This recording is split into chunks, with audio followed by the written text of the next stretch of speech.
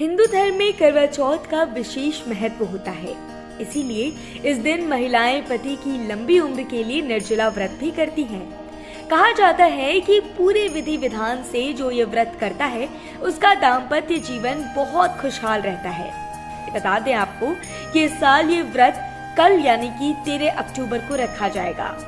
करवा चौथ के दिन महिलाएं दिन भर निर्जला व्रत करने के बाद रात के समय चंद्रमा को अर्घ्य देकर व्रत का पारण करती हैं। इसीलिए इस व्रत में चंद्रमा का भी खास महत्व होता है। तो आइए आपको बताते हैं करवा चौथ का महत्व क्या है और इससे जुड़ा इतिहास क्या है।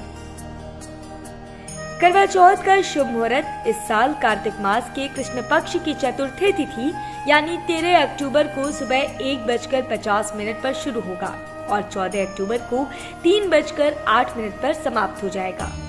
उदय तिथि के अनुसार करवा चौथ का व्रत 13 अक्टूबर को रखा जाएगा।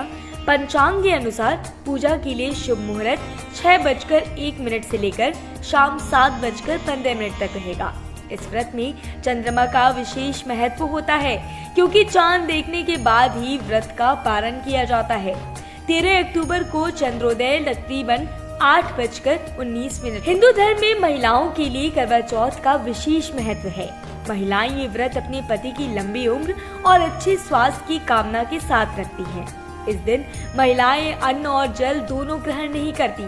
रात के समय चांद निकलने के बाद छलनी में चांद देखकर वो अपना व्रत खोलती हैं, जिसे हम पारण करना कहते हैं। करवा चौथ के दिन चौथ माता के साथ साथ भगवान शिव और पार्वती का भी पूजन किया जाता है। करवा चौथ के पीछे एक पौराणिक कथा भी जुड़ी हुई है और शाम के समय पूजा के वक्त वही पौराणिक कथा पढ़ी व सुनाई जाती है। ये वीरवती नाम की एक रानी की कहानी होती है। वीरवती 7 भाइयों की एक बहन थी। सभी उसको बहुत लाड प्यार करते। वीरवती की जल्दी ही शादी हो गई और वो अपना पहला करवा चौथ करने के लिए मायके आ गई। वीरवती ने व्रत के कड़े नियमों का पालन भी किया, लेकिन जैसे जैसे दिन बीतने लगा वो चांद का बेसब्री से इंतजार करने लगी ताकि वो जल्दी से अपना व्रत खोल सके। अपनी बहन को भूखा प्यासा देखकर भाइयों से रहा नहीं गया।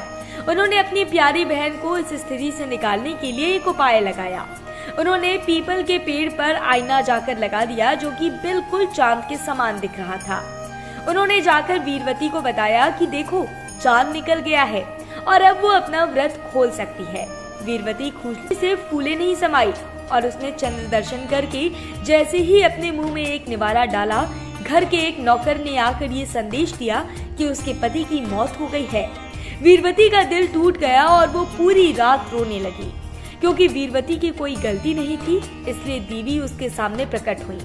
वीरवती ने उन्हें अपनी पूरी कहानी सुनाई।